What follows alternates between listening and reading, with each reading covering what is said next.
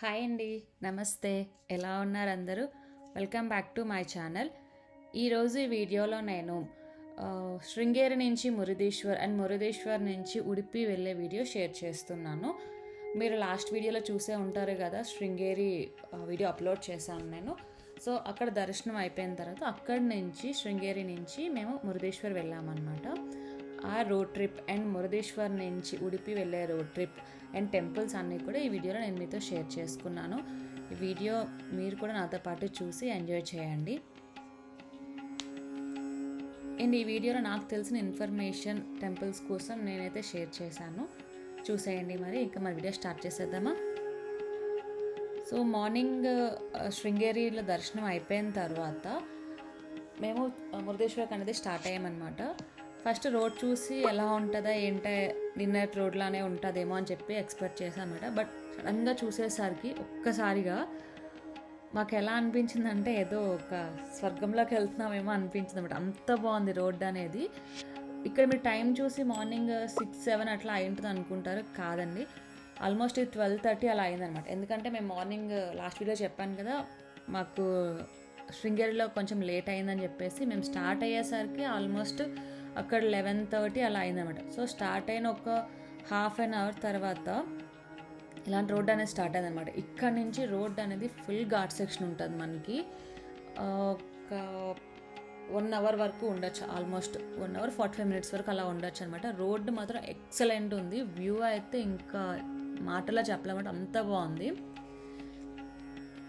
But కొంచెం కేర్ఫుల్గా drive చేయాలి, ఎందుకంటే full ghat section and zigzag road. చూసారు కదా, ఇలా ఉందన్నమాట. మీకు మ్యాప్లో కూడా నేను చిన్నగా చూపిస్తాను, చూడండి ఎలా ఉంది ఏంటని. అండ్ సైడ్ వ్యూ అయితే మాత్రం ఇంకా చెప్పాల్సిన అవసరం లేదంటే అంత బాగుంది. మేము అసలు ఎక్స్పెక్ట్ చేయాలంటే ఈ టైంలో ఇలా వెదర్ ఉంటుందని చెప్పి ఎక్స్పెక్ట్ చేయాలి. చూడండి ఎంత బాగుందో వెదర్ అనేది. మనకి ఇంకా ఆకాశమును కొండలు కలిసిపోయినట్టు ఉన్నాయన్నమాట. అంత బాగుంది. నేనైతే ఊటీలో ఉన్న ఫీలింగ్ వచ్చింది, అలా అనిపించింది అనమాట. వర్షం పడుతున్నప్పుడు ఇలా ఉంది, ఇంకా వింటర్లో వస్తే ఇంకా రోడ్ మొత్తం కనిపించదు అనుకుంటా. సో ఆ రోడ్ అలా మనకి అయిపోయిన తర్వాత ఇంకా నార్మల్ రోడే స్టార్ట్ అవుతుంది అనమాట. తర్వాత మనకి మెరైన్ డ్రైవ్ అనేది స్టార్ట్ అవుతుంది. అంటే ఒక పక్క మనకి బీచ్ ఉంటుంది, ఇంకొక వైపు రోడ్ అలా ఉంటుంది అనమాట. ఇక్కడ బీచ్ అయితే నాకు కొంచెం డేంజర్గానే అనిపించింది, ఎందుకంటే కొంచెం వేవ్స్ అనేది ఫాస్ట్గానే వస్తున్నాయి అండ్ చాలా దగ్గరకు ఉన్నది అనమాట రోడ్డుకి. నేను చాలా వరకు చూసిన బీచెస్ అన్నీ అంటే నేను చూసిందంటే మ్యాక్సిమం వైజాగ్ బీచే. సో అదే నా ఫేవరెట్ బీచ్ కూడా.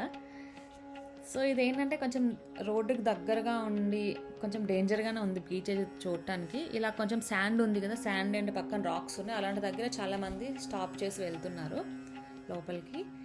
ఇంకా మనం మురుదేశ్వర్ అనేది ఎంటర్ అయిపోయాం. ఈ వ్యూ అనేది మాకు ఎక్కడ అంటే మేము తీసుకున్న రూమ్ దగ్గర నుంచి అనమాట. సో కొంచెం రెస్ట్ తీసుకున్న తర్వాత మేము అరౌండ్ 4కి అలా రీచ్ అయ్యాం మురుదేశ్వర్ అనేది. సో తర్వాత ఈవినింగ్ అలా టెంపుల్ చూద్దామని చెప్పేసి, టెంపుల్ సరౌండింగ్స్ చూద్దామని వచ్చాం అనమాట. యాక్చువల్గా ఏంటంటే పాపకు కూడా కొంచెం బీచ్లో అలా దించుదామని చెప్పేసి అనుకున్నాం. బట్ అక్కడ బీచ్ చూసినప్పుడు ఏంటంటే మాకు అంతగా నచ్చలేదు. వచ్చేది మా తప్పే, ఎందుకంటే మేము ముందులో చూసినప్పుడు చూసారు అక్కడ శాండ్ అనేది కనిపించట్లేదు, మొత్తం బురదగా ఉంది. ఇన్ మోరోవర్ బ్లాక్గా ఉందనమాట. అక్కడే ఫిషింగ్ అది అవ్వడం బాగా స్మెల్ అది. సో ఇంకా మేము లోపలికి అయితే వెళ్ళలేదు. సో టెంపుల్ సరౌండింగ్స్ అని ఈవినింగ్ కవర్ చేద్దాం అని చెప్పేసి అనుకున్నాం అలాగా. సో మనకేంటంటే వాక్ ఉంటుంది అనమాట అలా టెంపుల్ పక్క నుంచి. ఇది టెంపుల్ ఒకవైపు ఉంటే టెంపుల్ పక్కన అనమాట ఇలా ఉంటుంది. ఇది బ్యాక్ సైడ్ స్టాచ్యూ వస్తుంది మనకి టెంపుల్కి. ఈ స్టాచ్యూని అయితే కట్టించింది ఆర్ఎన్ఎస్ శెట్టి గారు అని చెప్పేసి ఉన్నారు. ఇక్కడ మీకు ఒక చిన్న విగ్రహం కనిపించింది కదా, అయింది అది.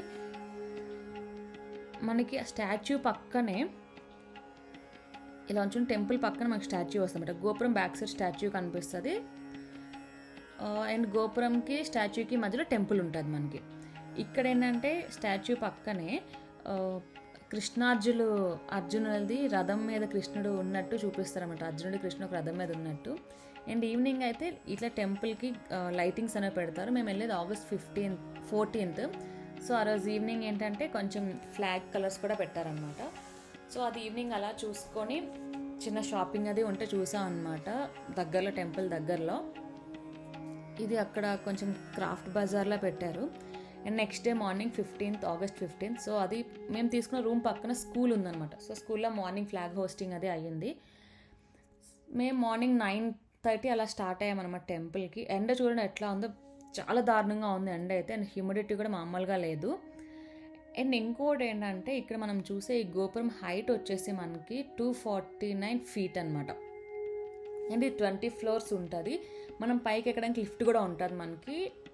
అది ఛార్జ్ ఆల్మోస్ట్ నాకు తెలిసి 30 rupees ఆర్ 40 rupees, నాకు కరెక్ట్గా ఐడియా లేదు. బిలో 50 ఉంటుంది పర్ హెడ్. అండ్ అక్కడి నుంచి వ్యూ చూస్తే అసలు నార్మల్గా ఉండదన్నమాట. ఎవరైనా ఫిదా అవ్వాల్సిందే. మనకైనా టెంపుల్ ఒక్క సైడ్ ఉంటుంది, రిమైనింగ్ 3 sides కూడా బీచ్. ఇది అరేబియా బీచ్ మనకి. మేము ఒక షాకింగ్ విషయం ఏంటంటే, మేము ఈవినింగ్ బీచ్కి వెళ్ళేటప్పుడు చాలా బ్యాక్ సైడ్ ఉంది వాటర్. మార్నింగ్ చూసేసరికి ఏమో మొత్తం పిల్లర్ ఉంటుంది కదా, పిల్లర్ వరకు వచ్చేస్తుంది అన్నమాట వాటర్. అండ్ మేము పైన గోపురం నుంచి దిగిన తర్వాత టెంపుల్లోకి ఎంట్రీ అయ్యాము. ఇట్లా మనం లోపలికి వచ్చిన వెంటనే మనకి లెఫ్ట్ సైడ్ అనేది టెంపుల్ ఉంటుంది అనమాట. ఇక్కడ నుంచి కూడా బీచ్ పక్కనే ఉంటుంది కదా, సో అది కూడా మనకు కనిపిస్తుంది. అండ్ బయటకు వచ్చిన తర్వాత టెంపుల్ అయితే మనకి వీడియోస్ ఎలా ఉండదు. బయటకు వచ్చిన తర్వాత చుట్టూ కూడా చిన్న చిన్న టెంపుల్స్ అవి ఉంటాయి అన్నమాట. ఆ మెయిన్ టెంపుల్కి చుట్టూ చిన్న చిన్న టెంపుల్స్, వినాయకుడు టెంపుల్ అని, అమ్మవారి టెంపుల్, అలా చిన్న చిన్న టెంపుల్స్ ఉంటాయి. అండ్ టెంపుల్ లోపల నుంచే మనకి స్టాచ్యూ దగ్గరికి వెళ్ళటానికి వే కూడా ఉంటుంది అనమాట. సో ఇక్కడ ఏంటంటే మేము టెంపుల్లో చూడండి ఎంత ఫుల్గా ఎండ్ ఉంది కదా, మేము ఆ స్టాచ్యూ లోపలికి వెళ్ళామన్నమాట. వెళ్ళి బయటకు వచ్చాక ఫుల్గా వర్షం.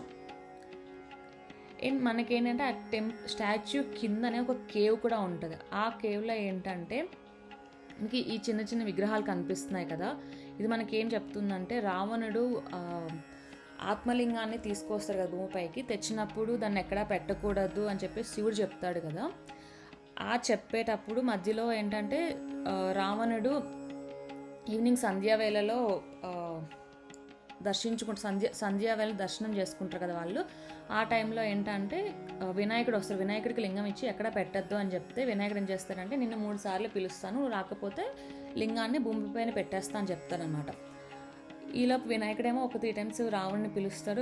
రావణుడు రాకపోతే కింద పెట్టేస్తాడు అనమాట లింగాన్ని, ఆత్మలింగాన్ని. అది అక్కడే ఉండిపోతుంది. మరి ఇంకా రావణుడు ఎంత ట్రై చేయడానికి తీసినా సరే రాదు అనమాట. సో ఆ స్టోరీని నేను నార్మల్గా పైన చెప్పాను. మ్యాక్సిమం అందరికీ తెలిసిన స్టోరీనే ఇది. సో ఆ స్టోరీని ఇక్కడ మనకి చాలా బాగా అనమాట ఈ విగ్రహాల రూపంలో చూపించారనమాట. ఇది చిన్నపిల్లలకు కూడా ఖచ్చితంగా తీసుకొని వెళ్ళండి. ఇక్కడికి వెళ్ళేటప్పుడు అంటే మన స్టాచ్యూని చూసి వచ్చేయడం కాకుండా, ఆ స్టాచ్యూ లోపలే మనకి ఉంటుంది అనమాట. ఇది కేవ్ అని చెప్పేసి దాని పేరు,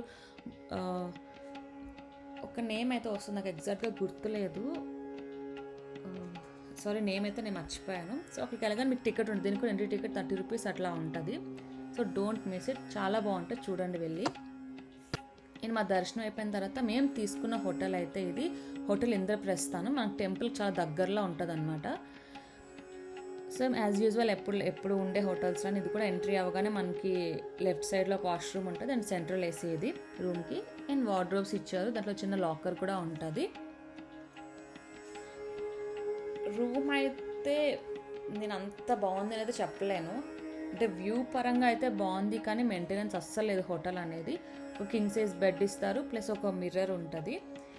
ఈ రూమ్ మొత్తానికి హైలైట్ పార్ట్ ఏంటి అంటే, ఇక్కడ నుంచి మనకి టెంపుల్ వ్యూ నెక్స్ట్ లెవెల్ ఉంటుంది అనమాట. మధ్యలో ఇంకేమైనా డైరెక్ట్ టెంపుల్ వ్యూనే ఇక్కడ నుంచి. అదొక్కటే ప్లస్ పాయింట్ ఈ హోటల్కి.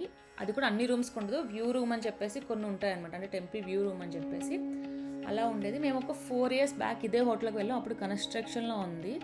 అప్పుడైతే మెయింటెనెన్స్ చాలా కూడా, ఇది మెయింటెనెన్స్ చాలా వర్స్ట్గా ఉంది, ఒక డిఫరెంట్ స్మెల్ వస్తుంది, అస్సలు బాగాలే. అండ్ మేము తీసుకున్న ఆపోజిట్లోనే మా అమ్మాయికి తీసుకున్నాం రూమ్ ఒకటి. ఇది చిన్న రూమ్ వస్తుంది, దీనికి వ్యూ ఏమి ఉండదు, మొత్తం క్లోజ్డ్లానే ఉంటుంది. ఓపెన్ ఉన్న ఆ రూమ్కి అంత స్మెల్ వస్తుందంటే ఇంక ఈ రూమ్ మీరు అర్థం చేసుకోవచ్చు ఎంత స్మెల్ వస్తుంది ఏంటని. నేనైతే వ్యూ కోసం అని చెప్పేసి ఈ హోటల్ని బుక్ చేసుకున్నాం. అండ్ మురుదేశ్వర్ అయిపోయిన తర్వాత అక్కడి నుంచి మేము ఉడిపికి స్టార్ట్ అయ్యామన్నమాట. అది కూడా అరౌండ్ 12 ఆ టైం అయిపోయింది. అండ్ మేము ఎక్కడికి వెళ్ళా వర్షం అనేది ఉంటుందండి. టెంపుల్ లోపలికి వెళ్ళేటప్పుడు ఫుల్ వర్షం ఉంటుంది. అండ్ టెంపుల్ మేము ఎంటర్ అయ్యేటప్పుడు ఫుల్ ఎండ, బయట ఉండేటప్పుడు లోపలికి వెళ్ళగానే ఫుల్ వర్షం స్టార్ట్ అవుతుంది అనమాట. ఎక్కడికెళ్ళా స్ట్రక్ అయిపోతుంది. మీరు శృంగేరిలో అట్లానే అయింది, ఇక్కడ కూడా అట్లానే అయింది, మురుదేశ్వర్లో కూడా. అండ్ ఇక్కడ ఏంటంటే మీరు ఈ జర్నీ ఇలా చూస్తామని నేను ఉడిపి చిన్న స్టోరీ మీకు చెప్తాను టెంపుల్ కోసం. ఆ టెంపుల్ ఏంటంటే మనం అన్ని టెంపుల్స్లానే వెళ్ళేటప్పుడు మనం స్ట్రైట్ నుంచి దేవుడిని చూస్తాం కదా, ఇక్కడ అలా ఉంటుంది అనమాట. మనం బ్యాక్ సైడ్ నుంచి దేవుడిని చూస్తాం, అది కూడా ఒక కిటికీ నుంచి చూస్తాం అనమాట. దానికి ఒక 9 హోల్స్ ఉంటాయి, ఆ హోల్స్ నుంచి మనం చూస్తాం. ఎందుకు అంటే మీ అందరికీ కనకదాసు తెలిసే ఉండొచ్చు కదా, ఆయన కృష్ణుడికి పరమ భక్తుడు. సో ఆయనకి ఏంటంటే అప్పట్లో కుల వివక్ష అనేది ఉండేది కదా, సో దాని నుంచి ఆయన టెంపుల్లోకి రానిచ్చేవారు కాదు. ఆ టైంలో ఆయన విష్ణువుని చూడాలి, అదే కృష్ణుని చూడాలి అనే ఉద్దేశంతో టెంపుల్ దగ్గరికి వెళ్ళి చాలా భక్తితో ప్రార్థించేవాడంట. ఆయన భక్తికి కృష్ణుడు నచ్చి, ఆయన భక్తి కృష్ణుడికి నచ్చి ఆ స్ట్రైట్గా ఉండాల్సిన కృష్ణుడు ఏంటంటే బ్యాక్ సైడ్ తిరిగి కనకదాసుని చూసినట్టు అప్పటి నుంచి విగ్రహం అలానే ఉంటుంది. సో అందుకే ఏంటంటే అన్ని టెంపుల్స్లా కాకుండా ఈ టెంపుల్కి మనం వెళ్ళేటప్పుడు బ్యాక్ సైడ్ నుంచి కృష్ణుని చూస్తాం అనమాట. ఇక్కడ మన ఉడిపి టెంపుల్ అనమాట ఇది. నాకైతే టెంపుల్లోకి ఎంటర్ అయినప్పుడు నా ఫీలింగ్ ఎలా ఉందో నేను చెప్తాను మీ అందరికీ కూడా. నేను ఒక టెంపుల్కి వచ్చిన ఫీలింగ్ అయితే అస్సలు లేదు, ఏదో ఒక చిన్న ఊరికి వచ్చామన్నట్టు అనిపించింది అనమాట.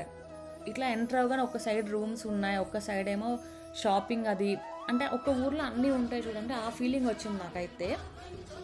So and more over enter అయిన వెంటనే కూడా ఒక పాజిటివ్ వైబ్ అనమాట. అంటే సినిమాల్లో సీరియల్లో మనం చూస్తాం కదా, మహాభారతంలో ద్వారక ఇట్లా ఉంటుంది అని చెప్పేసి, సరే నాకు అదే ఫీలింగ్ వచ్చిందనమాట. ఒక చిన్న ద్వారకాలో ఉన్న ఫీలింగ్ అయితే వచ్చింది. అండ్ ఇది కూడా చాలా ప్రాచీనమైన టెంపుల్, ఇప్పుడు ఈ రీసెంట్గా కట్టిన టెంపుల్ అయితే కాదు, దీనికి చాలా హిస్టరీ ఉంది. ఆ హిస్టరీ అంతా చెప్పాలంటే వీడియో అయితే సరిపోదు, అందుకే చిన్న పైగా చెప్పాను అనమాట. ఈ లైన్ అయితే మేము స్టార్టింగ్ చూసి చిన్న లైన్ అనుకున్నాం, లేదు అండి ఆల్మోస్ట్ ఒక 300 to 400 మీటర్స్ వరకు లైన్ అయితే ఉంది. ఒక 2-3 రౌండ్స్ తిరిగింది అలా లైన్ అయితే. అండ్ ఈ టెంపుల్లోనే మనకి ఏంటంటే గోశాల కూడా ఉంటుంది అనమాట. దీనికి ఎంట్రీ గోశాల లోపలికి మనం వెళ్ళాలి అంటే దర్శనం అయిన తర్వాత మనకి వే అనేది ఉంటుంది, అక్కడికి వెళ్ళచ్చు. సో ఇవన్నీ కూడా మనకు లోపల ఉండబట్టే ఏంటంటే మనం ఒక టెంపుల్లో ఉన్న ఫీలింగ్ అయితే మనకి రాదు. ఇది నాకేంటో అర్థం కాలేదు, మొత్తం కర్రలన్నీ కూడా ఇలా కలిపేసి పెట్టారనమాట. దీనికి ఏదో మరి ప్రత్యేకత ఏమో ఉండుండొచ్చు, నాకైతే తెలియదు. దాని పక్కన టెంపుల్ పక్కన మనకు ఒక కోనేరు అనేది ఉంటుంది లోపల, అది కూడా టెంపుల్ లోపలనే ఉంటుంది. మనం చాలా వరకు చూస్తే టెంపుల్ బయట కోనేరు అది ఉంటుంది కదా, ఇక్కడ టెంపుల్ లోపల ఒక చిన్న కోనేరు అనేది ఉంటుంది. దీన్ని కూడా మనం లోపలికైతే ఎవరికి ఎంట్రీ లేదు, బట్ లోపల నుంచి ఇంకా దగ్గర నుంచి చూడాలనుకుంటే దర్శనం అయిన తర్వాత దానికి కూడా ఒక చిన్న కిటికీలా ఉంటుంది, అక్కడ మీకు జనాలు కనిపిస్తున్నారు కదా, అలా వెళ్ళి చూడటం అంతే. అండ్ ఏంటంటే మనకి గెస్ట్ రూమ్స్ అనమాట, ఐ మీన్ రూమ్స్ అది బుక్ చేసుకుని అది కూడా టెంపుల్ లోపలే వస్తాయి. టెంపుల్ లోపలికి మనకైతే వీడియో అలవలేదు. సో దర్శనమైన బయటకు వచ్చేటప్పుడు టెంపుల్ అంతా కూడా ఒక ఏదో ఇంట్లో ఉన్న ఫీలింగ్ వచ్చిందనమాట మనకి. అలానే ఉంటుంది టెంపుల్ మొత్తం కూడా. ఇది ప్రసాదం కౌంటర్, ఇక్కడ ప్రసాదం కొంచెం డిఫరెంట్గా ఉంది. ఎలా అంటే ఒక లడ్డు ఇచ్చారు, తర్వాత ఇంకోటి నెయ్యి లడ్డూలు, అలా డిఫరెంట్గా ఉన్నదన్నమాట. సో వీడియో మీకు కనుక నచ్చినట్లయితే please like, share and subscribe to my channel.